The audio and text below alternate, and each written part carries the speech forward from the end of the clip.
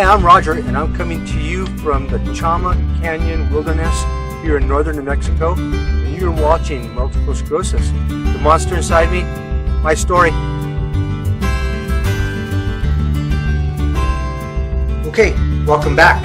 Today is Tuesday, January 10th, and it's been probably 8 weeks or so since I did the last show. I hope everyone had a good Christmas and a safe and happy New Year.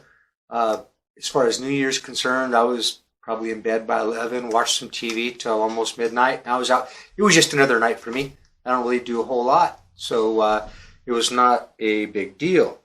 So I like to tell everyone what's been going on here lately. We'll start out with my MS issues. 2 days before Thanksgiving, I had an appointment with my neurologist PA, and she steps in every other visit just to see how I'm doing. And we talked about the Aubagio, and explained to her that I really haven't had any effects with Aubagio. Seems to be doing okay. It's not making me sick or anything, so that's a good thing. We'll find out here in a few months when I get another MRI to see if if the Aubagio is stopping the progression of my multiple sclerosis. But I can honestly say I've not had an MS episode recently that I can really think of. I do have some numbness in my feet, and sometimes I get tingling in my hands. That comes from the lesions in my neck and in my spinal cord in my back. But other than that, I can't really pinpoint anything that multiple sclerosis is causing a problem with me. But then again, I have a brain tumor, and it's a piece of that is left in my optical lobe. And then I just recently had some surgery, so we'll talk about that here moving on. But as far as the MS, I think I'm doing pretty good. We'll find out here real soon to see if Aubagio is the right fit for me. It's too early to make that call, but for now, I guess I can't complain. Things are okay. Typical MS, issues, I drag sometimes, just have no energy. And I was talking to a friend of mine the other night, and I feel like when I have to have a busy day planned, at night I kind of have to psych myself up and say, okay, we've got to get this done tomorrow. And so after being, convinced that I need to do this, I'll get up and do that. But other days I catch myself just sitting around because I just don't have the energy. I have so much stuff to do in the yard, and I just don't have the energy. Plus it's wintertime and it's cold out. So that's kind of my excuse for not going out. But so as far as MS, we're trugging along, and I hope everyone who has MS does the same. Got to stay positive. Okay, so moving on. This was not the neurologist area, but I told her that my head was bothering me and it was really sore. And of course, there was nothing she could do about it. She looked at it and said, "Well, it looks fine to me." So a couple of days after my appointment with the neurologist was Thanksgiving. Well, Thanksgiving rolled around, and my head had really stopped hurting. And that evening I discovered that the titanium plate actually had cut through my scalp, and I could feel a piece of titanium sticking through my scalp, which was really scaring me. And that bothered me because I was really worried about an infection.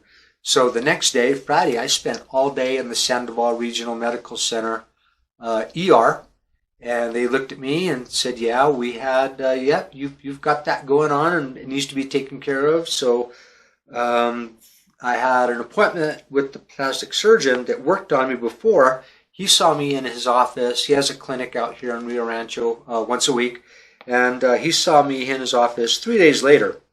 They scheduled me for surgery December 7th, which is exactly 12 days before my already scheduled bladder surgery. That kind of concerned me. I've had my share of surgeries on my head, and so I know what to expect. But having two of them so close together really, really concerned me. That's hard on your body to go through the anesthesia and everything that goes along with it in the recovery period, especially after working on your head. So that was a big deal. That concerned me. That surgery was an outpatient, and So I ended up with over 80 sutures in my head, and it was a plastic surgeon. And basically, what they did is they cut me from, if I can find the stitches, I'm stitched up. A lot of them, they use dissolvable stitches, so they go away. In the last couple of days, they've really gone away. So they cut me from here to here, and went all the way down to here. I'm guessing somewhere 60 to 70 to possibly even 80 sutures. And what they did is, because they went ahead and cut me on an existing scar line from a previous surgery last summer, they cut a strip, a really tiny, I'm going to say between probably a quarter-inch strip of that scar tissue, and removed it, pulled everything tight, and then sewed it up. And boy, did that really make things sore. But I could tell the difference because I noticed some of the wrinkles in my forehead were gone because they pulled stuff straight. So I guess I can't really complain. I got some plastic surgery, facial wrinkle stuff, I guess, for free. But the other thing is they cut me from here to here, folded everything back, and took care of that sharp edge that had poked through, and it no longer exists. I can't even really find it. And then they closed me, flipped everything back, stitched me up here, and stitch up the 2 or 3 stitches for that spot where that titanium plate was poking through. And so then, man, I struggled. A week after surgery, it just hurt like hell. And it started feeling better just about the time when I had to go in and get bladder surgery. That was an outpatient surgery as well as the first one was. And so I went in early morning on the morning of the 19th, which was the Monday before Christmas. And it was early. It was like 6:30 in the morning, check in.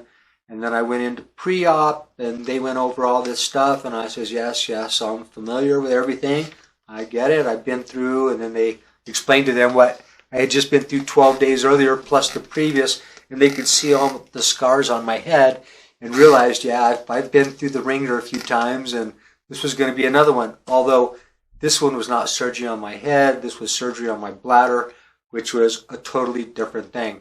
I woke up, and of course I was thinking about this for a couple of nights before surgery, as I hope, and I probably expect, I hope not to, but have a catheter. And sure enough, I woke up with a catheter and was sent home with a catheter in a bag and was scheduled to come back 12 days later. And I'm thinking, oh my gosh, I got to live with this thing for 12 days. And so it was uncomfortable. It was an eye-opening experience. I had a daytime bag, a nighttime bag. It was important to keep everything clean with alcohol, and switching back and forth at night and the morning was a pain in the ass, I will say. And then 12 days later, I had the catheter removed, and I was really a little bit concerned about that whole process. It's 2.5 seconds of the most intense pain you can ever imagine. It was not the first time, because I've had brain surgeries, where I've had those things removed. Anyway, anyone who's had one knows it's very uncomfortable. Once it's gone, it's more better. I don't know how better else to put it, but then, once I came home, I discovered that I was having, troubles controlling my bladder. And that was some exercise that they gave me. It was called Kegel, and I know women are familiar with that. And I was familiar with that being a father of young children. And I know my ex-wife had to go through a lot of that. So I wasn't familiar with that with the men. And so they gave me exercises to do. And so it's been, today is the 10th, so it's been a couple of weeks, 3 weeks since my surgery. I am having better bladder function and being able to hold things better, along with the exercise that I've been doing. So I guess I can't complain. There was a tumor removed. It was basically just best way to describe it is a little bit smaller than a golf ball. And so at that point, it was gone, and they explained to me how they did it. And so I'm happy. I can't explain or can't express, the fact that is gone. And hopefully that's something that's off my mind and I don't have to worry about anymore. I know I got to work on bladder exercises, but I can do that. As it turned out, the tumor was benign, which is super great news. That made me excited. I'm only saying that because the doctor has not called me back and told me that it was malignant. So we're going on that. And plus, when I was in there 12 days after surgery, the nurse that took care of me said there was nothing in my chart that said there was anything to be worried about at this point. So that's good news. Tomorrow, I am going back to see my urologist, and it'll probably be the doc this time, and we'll talk about things that's been going on, and hopefully he will confirm that this is a benign tumor, and I just wonder when the next one is going to show up and where. I've kind of accepted that fact. But it is what it is, and right now I live for the day. And so today's a new day, tomorrow will be another new day, and we're moving on, staying strong, staying positive. And so that's kind of been the story of what's been going on with me for the last, 8 weeks, just before Thanksgiving. All this crazy stuff started.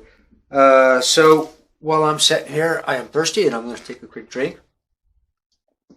Other than that, nothing else super going on, super big. I have started an indoor cannabis grow. I was very successful this year at an outdoor grow with the help of my father. He grew just a magnificent plant, and he was so proud of it, so I want to thank him for that.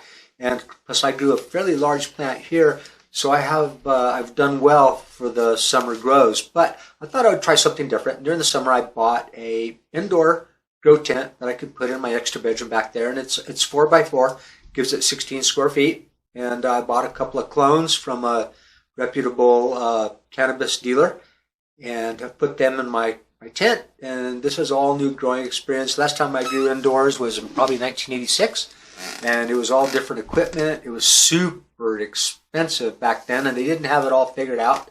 But now things have been kind of sort of figured out, and the prices have come way down.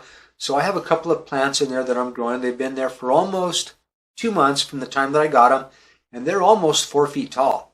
And they're super happy, and I'm super excited to see how that goes. They won't be ready for harvest for another probably 2.5 or 3 months. We're getting ready to cut the time back on the lighting and change the spectrum on the lighting a little bit to convince them it's time to flower out. And then we'll see how it goes, but I'll keep you updated on that. I'm a firm believer in medical cannabis, and I'm a user every day. I use oils at night to help me rest, and those are elevated concentrates, which I totally stand behind. And during the day, I think it's a good pain reliever and gets me going during the day. And so when I get up in the morning with my cup of coffee, I do partake a little bit, not so much that it puts me on the couch, but enough to get me going. So, okay, enough about that. Done rambling on for today. Hopefully my next show won't be too far out. I know sometime here soon, probably in February, I'm going to make another trip up with my buddy Jimmy up to Crested Butte, Colorado, where he has a house in the middle of town. It's freaking so cool. You can just walk around the corner and you're on Main Street. You can get anything you want to eat or drink. And was there a year ago in February, and had a great time. And so I'm looking forward to doing that. The only concern I have is bladder issues, because that's a long drive. If we need to stop, like we can, but man, with bladder issues, it's just you don't know when and where and how soon and there's a lot of things going on with that. We'll figure it out, and we'll keep doing our exercises to strengthen the bladder and see what happens. So we're going to think about ending this. I want to thank my multiple sclerosis warriors. And, I have a bunch of MS friends that I've become in contact with, and so I'd like to give a shout out to them. I want to give a shout out to Kenneth, and he's on the East Coast, and I probably mention him almost every show, only because Kenneth and I text back and forth almost every day, which is fun. He and I have become pretty close, and for someone I haven't met, I feel like I know him, and that's really cool. And then a new acquaintance that I've met through my show, and her name is Anne-Marie. Anne-Marie, I hope I'm pronouncing that right. I'm guessing that's the correct pronunciation, but she's a new viewer and to the show, and she lives in Texas. And that's another person that I've been texting with on and off during the day. More so about, daily activities and, our struggles with MS, what we can do, what we can't do. And there's a lot to talk about with the MSers that I can compare my story with. And it's good to have her around, so I want to thank her for being a new friend and staying in touch. So I got to quit moving my feet, because I know when I move my feet, it makes the camera shake. And that's that's a piece of MS, as I have restless leg syndrome and I can't keep my feet still, and I take my gabapentin at night for that. I said last time on the show that I took gabapentin for seizures. No, I don't take anything for seizures, although I do get them. I take the gabapentin at night to help me relax and stop my feet from moving so much. I wanted to mention that, and I didn't write it down, but it came to me, and so I wanted to mention that. So, okay, so we were talking about Anne-Marie, and I want to thank her again for becoming a close friend, and also I want to thank my friend Amy. And Amy has been on the show almost a year ago, and I want to say hello to Amy and give her a shout out. And the next one I want to give a shout out to is Kurt. And Kurt lives in Albuquerque, and he and I have texted back and forth. We even talked on the phone a little bit. He's 25 miles away from me, but I would like to get him on the show sometime. But I want to say hello to Kurt and all the other MS warriors out there fighting the monster. And it's not easy, never give up. And so I guess at that point, I'm going to end the show. Fight the good fight. Every minute, every moment, every day. Never give up. Bye for now, my friends.